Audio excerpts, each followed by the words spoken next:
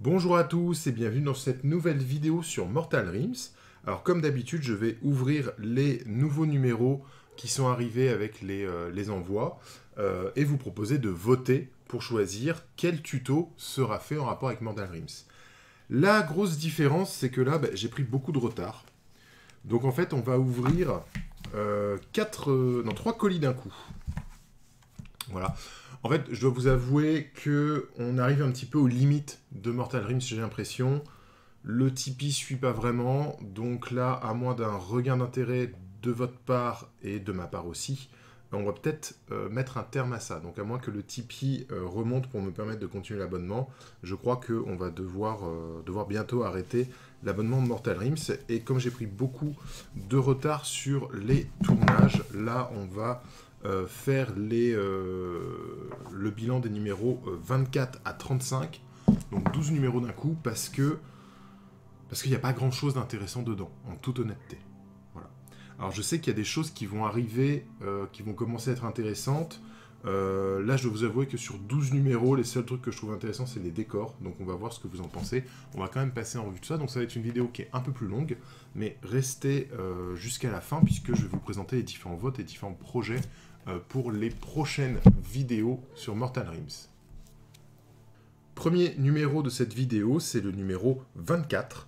Et du coup, on va avoir une grappe de Antenui. Donc encore une fois, c'est une partie de la boîte Soul War qui était sortie en 2017, si je dis pas de bêtises. Et du coup, on va retrouver une partie des figurines Antenui qu'il y avait dans la boîte Soul War.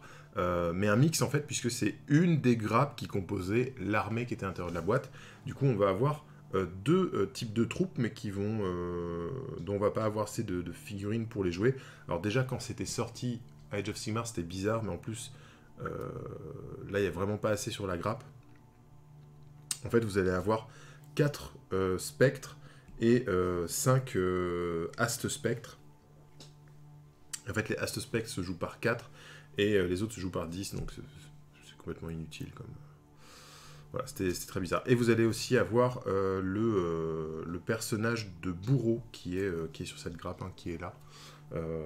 Donc voilà, donc si ça vous intéresse, voilà, vous mettez un petit mot dans les commentaires pour les Anthony, pour lequel de ces 3 profils de Anthony vous intéresserait. Dans le numéro, qu'est-ce qu'on va retrouver? L'histoire du Seigneur Bourreau des Antenui, évidemment. Avec toujours ces petites fiches que j'aime bien. La hache de décapitation, les crânes désincarnés, la brume éthérée. J'aime bien ce genre de petits trucs là, c'est rigolo. Une petite page sur les faucheurs Morneman. Avec des noms pour les personnifier. Royaume de Giran, donc royaume de la vie. Avec les villes principales, Ameral Gira, la cité vivante et Merveille d'eau grise. Et directement, notice d'assemblage, la peinture qui est toujours pas très intéressante. Voilà, enfin, ce type de résultat est pas foufou. Si vous avez envie d'autre chose, vous me le dites dans les commentaires, vous votez pour ces figurines-là. On va voir ce qu'on va pouvoir faire. Voilà, ça c'est très sympa quand on commence à jouer. Alors malheureusement, le retard entre la sortie française des éditions Hachette par rapport à la version originale et tout, fait que on est encore en train de recevoir ça alors que la V3 de Age of Sigmar est déjà sortie et du coup les profils sont plus les bons. C'est un petit peu dommage, mais pour la compréhension, je trouve ça très bien en fait d'avoir la charte d'unité et d'avoir au dos l'explication des compétences, voir comment ça marche et tout, c'est très didactique. C'est vraiment bien pensé. Une petite bataille scénarisée qui se passe à Giran désormais, puisqu'on a au recto de ce superbe poster que j'ai là, on va avoir voilà, le royaume de Giran qui va être au recto. Mais j'aime beaucoup ce truc-là, donc je vais laisser de ce côté pour la vidéo. Voilà. Numéro un petit peu léger. On commence à être sur un format... voilà, il y a 3 fiches recto verso Et le reste, c'est assemblage, guide de peinture, profil. Donc des trucs qui personnellement ne m'intéressent pas. Donc voilà, on n'est plus qu'à 3 pages d'historique. Ça commence à faire très léger. C'est pour ça que je vous dis que commence à y avoir une sorte d'essoufflement sur la collection. Donc à vous de me dire dans les commentaires si ça vous intéresse, si on continue ou pas ce genre de vidéo et les projets Mortal Realms. Ensuite, le numéro 25. Donc numéro 25, avec lequel on va avoir de l'Agrax Earthshade et du Balthazar Gold. C'est cool, ce sont des peintures qui sont toujours utiles, donc c'est très bien de les avoir dans ce numéro. Et comme pour tous les numéros où il y a de la peinture, on a un dépliant comme ça qui permet d'explorer un petit peu plus l'univers. J'aime beaucoup ces dépliants, c'est vraiment chouette.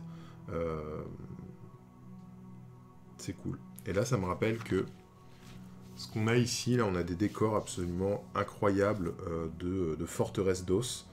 Et il y avait des rumeurs à l'époque de la campagne Chaos, comment ça s'appelait, la colère de l'élu, un truc comme ça. Il y avait des rumeurs pour un kit de décor forteresse avec des règles et tout machin. Et effectivement, c'est jamais sorti. Donc on a ça là qui se voit très bien sur cette image, qui est très jolie. Et on ne sait pas si ça sortira un jour ou pas. Le Orphéon Catacross, qui est une pièce que je trouve absolument magnifique. Est-ce que je craquerai un jour et je me la prendrai juste pour le plaisir de la peindre, parce que je trouve que c'est carrément un diorama en fait. Je trouve ça très très bien. Voilà. Nagash, j'ai déjà fait une vidéo dessus, je vous invite à aller la voir. Tout comme Arcane le Noir, qui a une petite vidéo sur la peinture de la figurine. Donc voilà, si vous voulez un peu plus de détails sur ça, j'ai déjà fait des vidéos. Alors, qu'est-ce qu'on va avoir dans ce numéro 25 ? Un millier d'orages, donc on continue l'histoire des éternels de l'orage.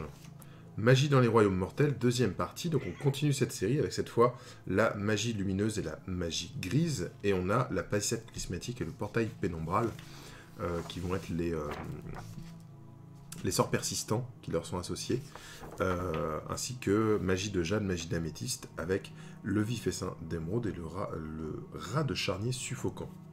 Voilà.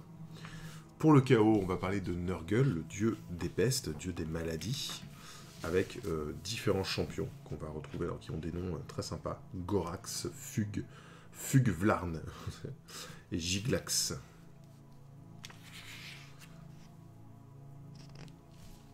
Flamme purificatrice, tour occulte, sorcier, marche-mort. Voilà. Les nouvelles peintures qui invitent à continuer à peindre les éléments de décor, avec le doré et le agrax. J'avoue que je suis pas super fan des tutos peinture qui sont dans Mortal Realms, mais je trouve que ceux sur les décors sont plutôt intéressants. Voilà, il y a des... Je trouve que la qualité des tutos est bien mieux sur les décors que sur le reste. Et voilà, vous pouvez suivre sans problème les tutos décors parce que ça a un bon résultat. Il n'y a pas des trucs chelous qu'on vous fait faire juste pour justifier les pots de peinture qui sont dans la boîte. Voilà. Un petit truc sur la règle des sorciers, les fiches des sorciers qu'on a déjà eu en figurine. Et un scénario à nouveau pour jouer.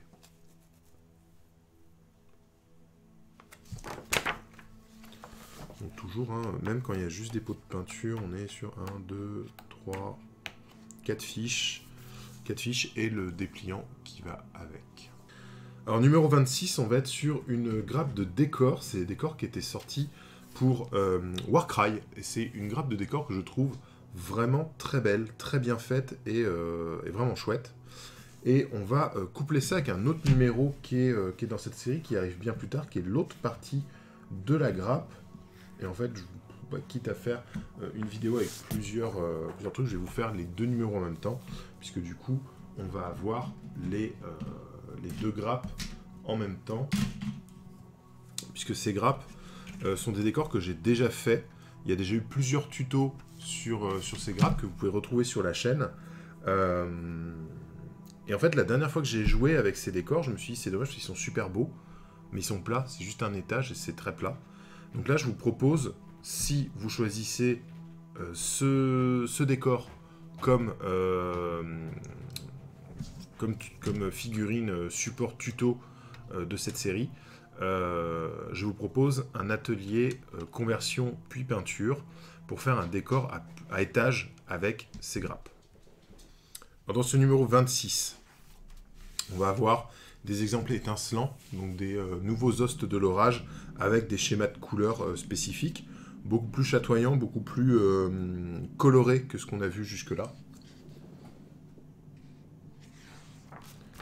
Ensuite, on a les sylvanettes, puisque c'est l'envoi avec lequel ceux qui ont pris la formule premium ont reçu leur bande sylvanette. Donc ça explique un petit peu ce que sont les sylvanettes.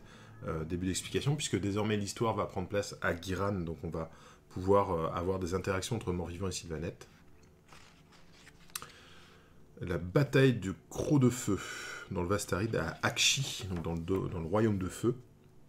Truc qui oppose les Stormcast, les éternels, aux guerriers de Khorne. L'éternel guide d'assemblage.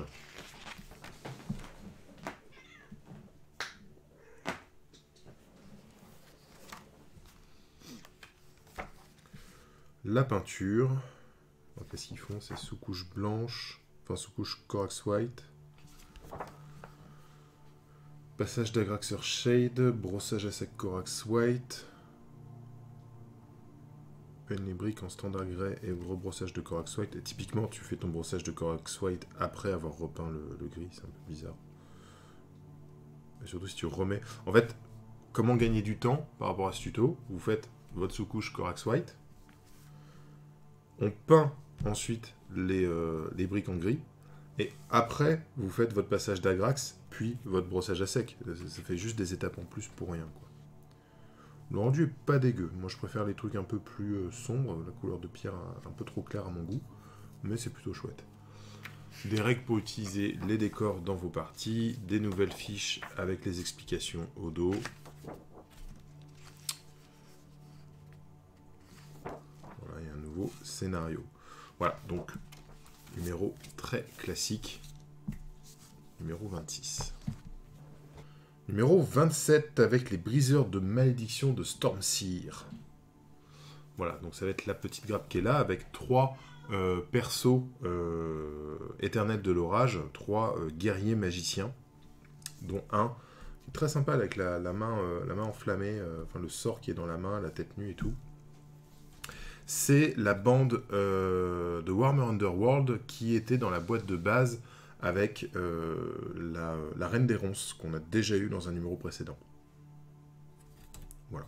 Donc 3 figurines avec surtout le champion Stormseer a beaucoup de personnalité, je trouve. Les autres sont un peu plus classiques. Voilà, donc l'histoire de cette unité légendaire, les briseurs de malédiction. Amnis Dawnguard, Averon Stormseer et Rastus l'ensorcelé.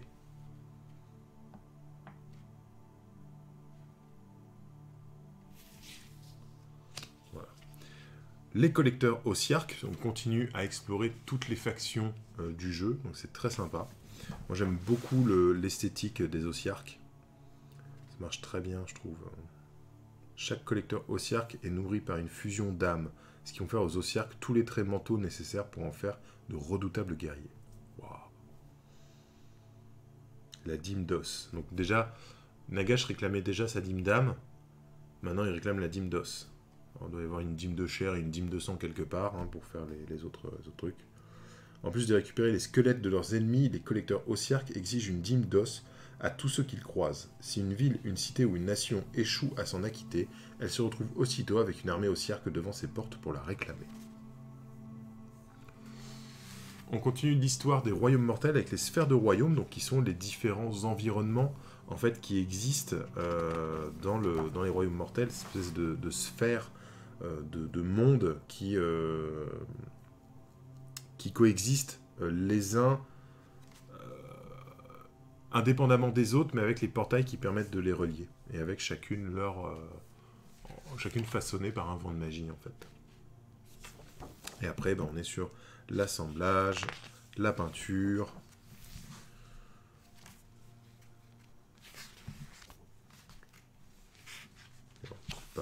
C'est pas ouf, ouf.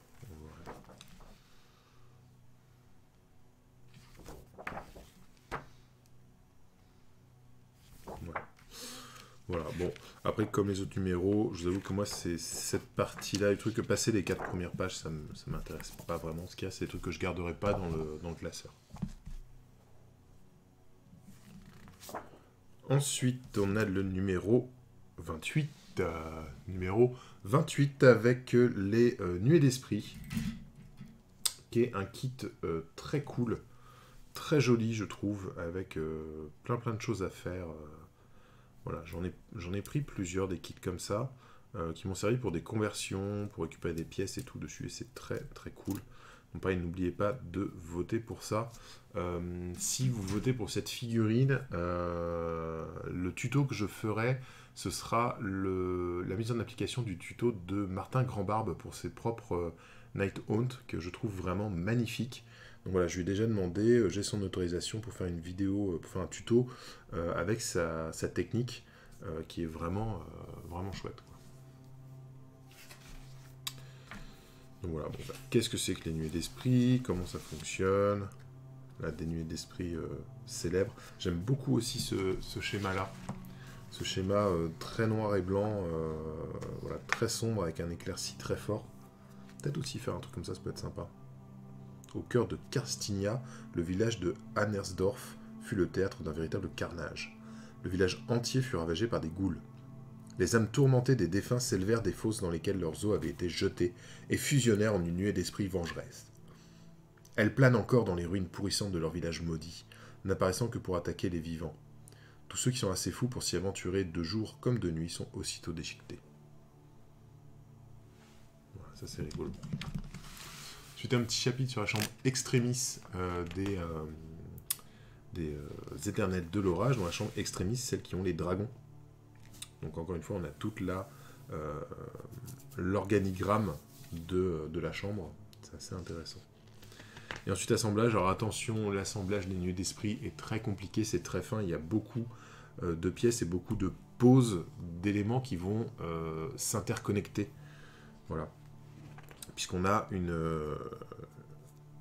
une figurine de Nuée d'Esprit est un ensemble complexe de choses très vaporeuses, très légères et qui sont retenues sur le sol par un seul élément. Donc il y a toujours un moment où chaque fantôme est collé à un autre pour faire une seule pièce en fait. Voilà. On va passer sur la peinture parce que bah là c'est pas fameux, c'est pas beau. Là du coup on avance sur les... Ah, on va rajouter du rouge sur les figurines qu'on a déjà, d'accord.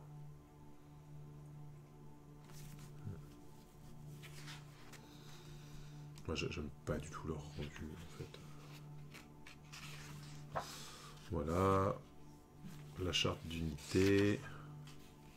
Et le scénario pour essayer vos figurines. On continue avec le numéro 29 dans lequel il n'y a pas de figurines. Ça va être les peintures Nuln Oil et Ben Blaine Brown.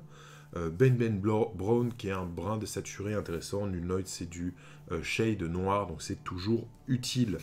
Voilà, qu'est-ce qu'on va avoir du coup là-dedans? Sigmar. Qui est Sigmar? Donc là, l'histoire du dieu roi de l'humanité. Si vous voulez, j'ai fait une petite vidéo sur 8 héros importants de l'univers de Age of Sigmar. Il y a Sigmar dedans dont j'en parle. C'est une vidéo qui est vraiment en mode mauvaise foi absolue. Et voilà, je dépeins Sigmar sous un jour un petit peu loser, quoi. Voilà. Seigneur Célestan. Le Drac stellaire. Ah, on revient avec ce faux carnet de voyage là que j'aime bien. Bah, c'est que le deuxième en fait depuis tout ce temps. On est au numéro 29 et c'est que le deuxième qui arrive. Je trouve ça dommage. C'est un des trucs que je trouve le plus intéressant dans ce qu'ils avaient mis en place.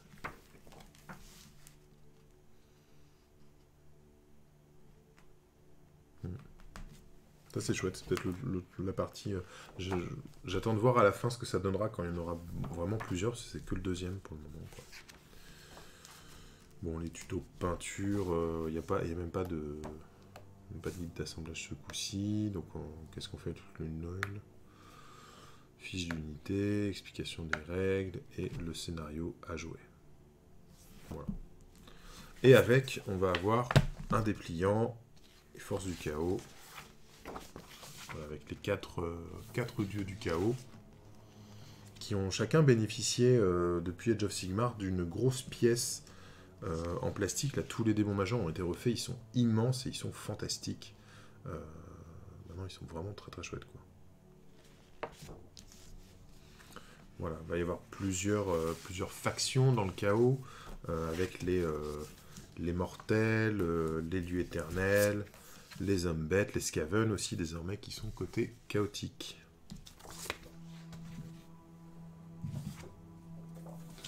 Ensuite, on a le numéro 30 que vous avez aperçu juste avant avec l'autre grappe de décors qui seront combinés pour faire un seul gros décor.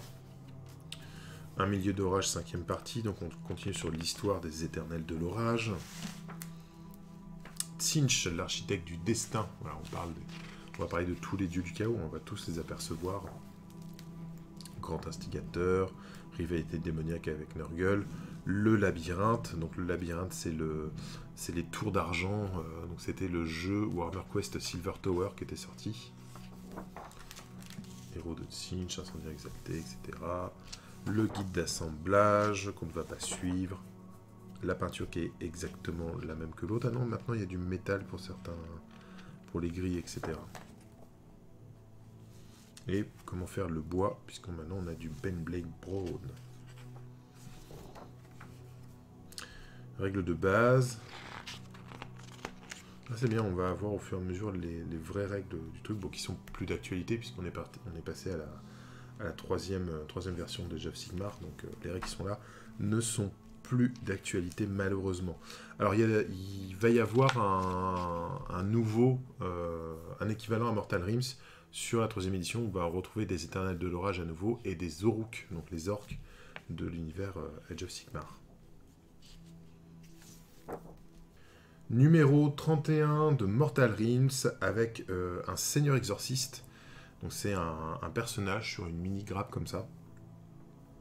Voilà, qui peut être intéressant. Le bouquin, ça peut être sympa à peindre. L'effet de aspiration des âmes, là, la Ghostbuster, ça peut être rigolo. Pourquoi pas se taper un délire à la Ghostbuster d'ailleurs sur une figurine comme ça. Donc voilà, il y a quelque chose à faire avec cette figurine, ça peut être intéressant. Ce qui est chouette, c'est que c'est une figurine qui n'était pas dans la boîte Soul Wars, donc c'est pas une figurine que j'ai déjà peinte pour rien. Donc voilà, donc n'hésitez pas si vous avez envie de me voir peindre cette figurine et d'avoir un tuto, mettez-le dans les commentaires. Voilà, donc toujours la petite fiche pratique, le Seigneur Exorciste, ses équipements, son sceptre de rédemption, une âme errante qui est en train d'aspirer, le coffret rédempteur qui est au bout du sceptre de rédemption, c'est normal, la balance spirituelle. La balance, t'as un crâne humain et puis t'as un casque de Stormcast. Évidemment que le casque est beaucoup plus lourd que le crâne. Je sais pas. Grimoire d'exorcisme et icône de l'enclume. Exorcisme, bannissement, maître des âmes. Sans espoir, nous sommes condamnés. Même les êtres maudits peuvent être sauvés. Seigneur exorciste, Gellar. C'est joli comme façon de penser. On continue avec la magie dans les royaumes mortels. Toujours, c'est descriptif des sorts persistants. Donc on a les rouages chronomatiques, les épées de vif-argent, les mâchoires de Ravnak et le crâne incandescent. Par les flammes brûlantes d'Akshi, nos adversaires seront consumés. Abelard Wirth, mage de bataille de la collégiale des arcanes. Guide d'assemblage. Ça n'a pas l'air trop compliqué à assembler, ça va. La peinture, hyper classique. En fait, le truc qui est un peu dommage dans la collection, c'est que tous les Stormcast se ressemblent quand on a peint un Stormcast. Tous les autres vont être peints de la même manière. Donc refaire un tuto à chaque fois. De 1, je vois pas l'intérêt. De 2, j'ai pas envie.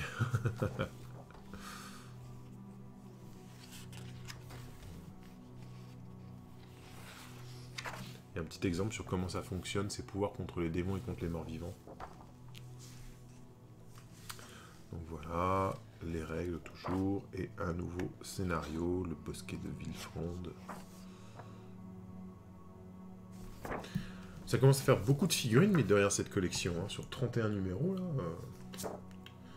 Hop, là on va avoir le numéro 32, alors avec des crânes, je vais pas faire un tuto sur les crânes, hein, soyons honnêtes. Petit article sur peindre les socles des figurines et les règles de base de l'attaque. Templier stellaire. Fuchsia, là, très coloré. Il perd déjà ses pages, ce fascicule. L'ascension des spectres, 4e partie. Donc on continue sur l'histoire des personnages dans le domaine de Shaiish. Slaanesh, le prince noir. Donc on continue avec la présentation des différents dieux du chaos. Et Slaanesh dans Age of Sigmar a été capturé. C'est très important dans l'histoire et très sympa. La capture de Slaanesh lors de la mort du monde qui fut. Slaanesh dévora des millions d'âmes d'elfes avant de se tourner vers les royaumes mortels. Mais tous ces êtres n'ont pas succombé à sa gloutonnerie. Les 4 dieux elfes, Alariel, Teclis, Tyrion et Malérion, coopérèrent pour attirer Slaanesh vers Ulgish, le crépuscule caché, où ils utilisèrent leur magie pour l'emprisonner et libérer des âmes. Alors là c'est raconté rapidement, mais en fait ce qu'on apprend dans l'histoire et qui est très bien développé dans la 3e édition de Age of Sigmar, c'est que surtout il était un peu... c'est un dieu qui... En fait, il faut imaginer un dieu qui vient d'avoir un banquet à volonté, qui est un dieu de l'excès, donc il n'a aucune retenue, et qui vient de se baffrer comme pas possible. Il a bouffé tout le banquet, quoi. Donc il est un peu en mode digestion difficile. Et en fait, les 4 dieux qui ont survécu coopèrent pour l'attirer en mode « Ouh, moi tu m'as pas eu voilà, et donc lui, même s'il est en mode j'ai dans du vent qui baigne, et il va quand même tenter de les bouffer, et en fait il est trop lent et léthargique pendant sa digestion, et il se fait capturer comme un gros naze. Voilà. Il se passe plein de trucs autour de Slaanesh, c'est hyper intéressant dans Age of Sigmar. C'est vraiment, je trouve, un important pivot narratif de Age of Sigmar, Slaanesh. Bon, peindre les socles, voilà des petits conseils pour peindre les socles. Brossage à sec.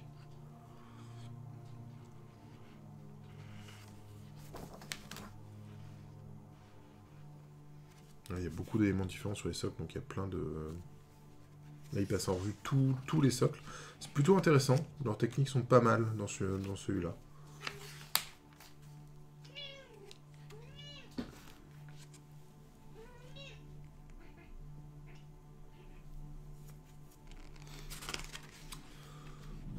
Tutoriel d'attaque, les graines âmes. Donc voilà pour ce numéro. Et puis comme c'est un numéro peinture, il vient avec un petit fascicule sur les forts de l'orage, l'organisation des hostes, tout ça. Oh, c'est joli ça, j'aime bien. Sympa.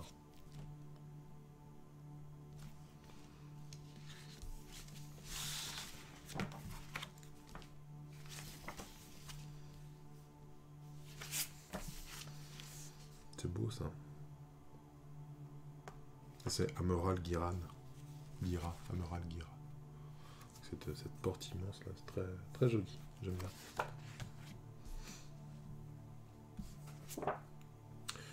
Numéro 33 dans lequel il n'y a pas de... Ah ben non, les forts de l'orage étaient dans le numéro 33, pardon, j'ai mélangé. Numéro 33, c'est le Stirland Mud, qui est très pratique, qui est une texture que j'aime beaucoup, qui est très pratique pour faire des socles. Et il y a la spatule qui est fournie avec. Voilà, donc force de l'ordre, toujours, les éternels de l'orage, les séraphons, les sylvanettes, les filles de Cain. C'est rigolo, elles sont limite quand même, les filles de Cain. Voilà. Mortarque de la nuit, l'histoire de Manfred von Karstein. J'espère qu'il raconte un peu son histoire avant la destruction du monde qui fut. Qui trahit, etc.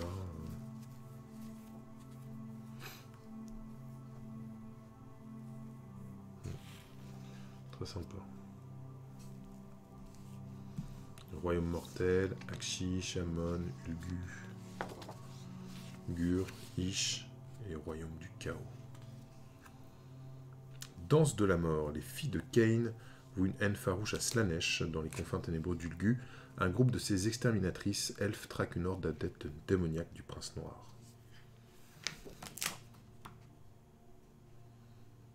Voilà. Parce que du coup, comme on a dit juste avant, Slaanesh est emprisonné dans un monde entre Ish et Ulgu.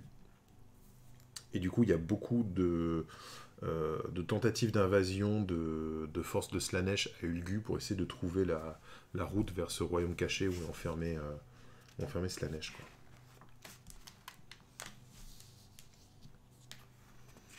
Là, on revient sur les socles, effectivement, puisqu'on va pouvoir appliquer la texture. Non, même pas, si. Ouais, ils le font là.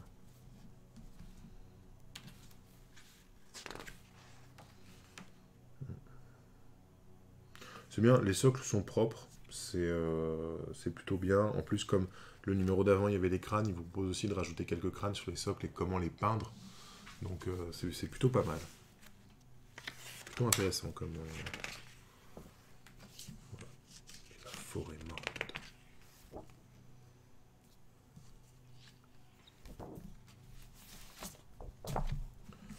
Hop, numéro 34, peut-être un des trucs les plus intéressants qu'il y a dans cette série, avec les décors statues de domaine de Sigmar, qui sont des décors que je n'avais pas encore eu en main, puisqu'ils sont sortis assez tard. Je me demande s'ils n'étaient pas sortis... Je crois que c'était une extension pour Warcry, en fait, à la base. C'était une boîte de décors thématiques pour Warcry. Voilà, donc ça peut être très sympa à peindre. À voir comment le faire. Donc dites-moi dans les commentaires si vous voulez que je fasse cet élément de décor. Ça peut être sympa, ça peut être l'occasion aussi de travailler un peu du feu. Avec les braseros là, braseros géants.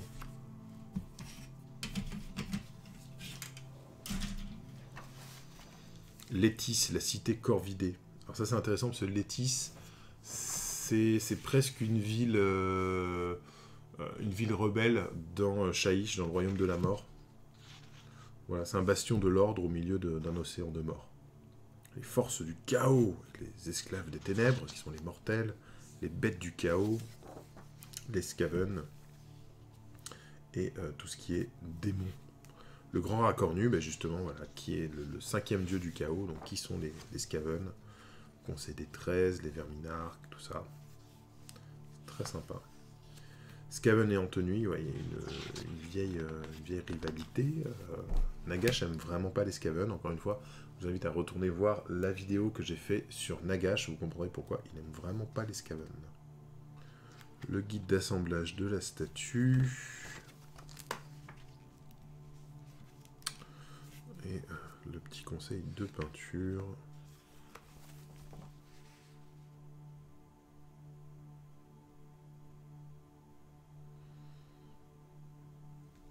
Ce serait presque intéressant de partir sur ça comme... de faire ce tuto pour... Ouais, si vous votez pour ça, peut-être que je ferai ce tuto pour arriver à ce résultat-là, comme il est montré ici. Et ensuite, comment me réapproprier la pièce en rajoutant des trucs à ma sauce. Notamment de l'oxydation et tout. Mais ouais, je partirai sur ce tuto. Si vous votez pour ça. Voilà. Les règles, le tutoriel, les fiches de profil et le duel de chevalier. Voilà. Le petit scénario à jouer qui met tout de suite en scène les décors que vous venez d'assembler et de peindre. Et enfin, le dernier numéro de cette série, et en termes de figurines, un truc vraiment pas intéressant, c'est quelque chose qu'on a déjà eu, c'est l'autre moitié d'une grappe qui était dans la boîte Souloir, sur lequel on va avoir 4 rétributeurs, et 4 libérateurs et un prosécuteur. Voilà. C'est pas fou. Dans ce numéro 35, chambre des émissaires, donc on nous parle des des Libérators. Toujours l'organigramme, les différentes unités qu'on va y retrouver. Les clans de guerre Oruk. Donc on continue à parler des différentes armées. Voilà. Dans les clans de guerre, on va avoir surtout les mâches-fer, qui sont des grosses brutes avec des énormes armures, etc. Et les fracassos, qui sont des orques sauvages. Par la suite, il y a un autre type d'orque qui est sorti avec la 3e version de Age of Sigmar, donc qui est intégré là-dessus. Donc il y a des trucs à... Voilà, les informations ne sont pas tout à fait à jour. L'éternel renouveau, c'est une période de l'histoire de Age of Sigmar où tout allait bien à Gira. Voilà, donc comment ça marche. Avec Alariel qui y va, les Sylvanettes telles qu'ils sont aujourd'hui qui émergent à ce moment-là.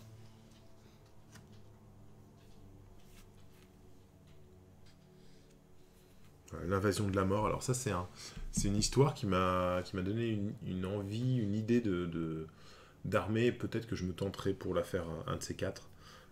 Décrépita, une terre où la vie gèle et meurt chaque année pour renaître au printemps, est convoitée par Nagash. Sous couvert d'une visite diplomatique, il mène en personne ses armées dans cette région via les énormes structures osseuses appelées Porte Mortis. Dans un premier temps, son avant-garde est retenue par la sylve d'Affrebois. Néanmoins, une infinité de morts-vivants se déverse par la porte et le cordon sylvanette finit par céder. Le déchaînement de violence qui s'ensuit n'est interrompu que par l'intervention directe de Sigmar.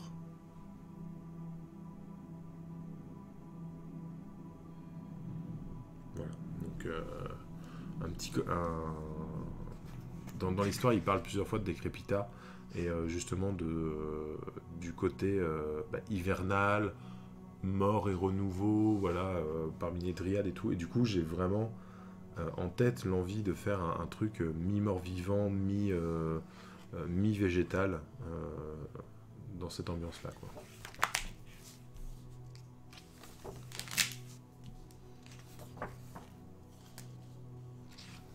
Maintenant, on fait la peinture de la figurine et on fait le socle en même temps. Ça fait des trucs qui sont propres, qui sont assez finis, mais j'aime pas ce bleu, ce traitement du bleu, là, il est pas intéressant, je trouve.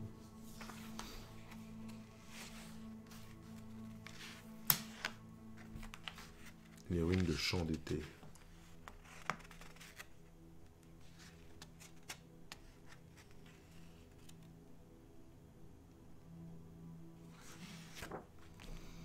Et voilà pour ce dernier numéro de la série. Donc là, on a fait 12 numéros d'un coup, histoire de rattraper un petit peu le retard. Et parce qu'en termes de figurines, je trouve qu'il n'y a pas grand-chose qui vaut le coup. Alors, je vous rappelle, les choses pour lesquelles voter, il y a du Liberator ou Prosecutor, comme la dernière fois. Pas très intéressant, j'ai pas d'idée. Si vous avez une idée originale de quoi faire avec, parce que je peux convertir ou quoi, on peut partir sur ça. Mais il faut vraiment proposer une idée qui va être un énorme coup de cœur. Il y a la statue de Sigmar, ça peut être intéressant. C'est une pièce de terrain que j'ai encore jamais traitée. C'est une des rares choses nouvelles que j'ai dans cette série Mortal Realms. Donc pourquoi pas, ça peut être un truc intéressant à faire. L'exorciste, qui peut être chouette aussi à peindre. Pourquoi pas. Les nuées d'esprit. Peut être très très chouette. Les lanceurs de sorts de Stormseer, enfin briseurs de malédiction de Stormseer. Voilà, donc les guerriers magiciens. Il n'y en aura qu'un qui passera. Si vous votez pour ça, ce sera sûrement Stormseer lui-même qui sera peint. Les décors, là c'est mon petit coup de cœur, parce que c'est un décor que j'ai déjà et que j'aime vraiment beaucoup.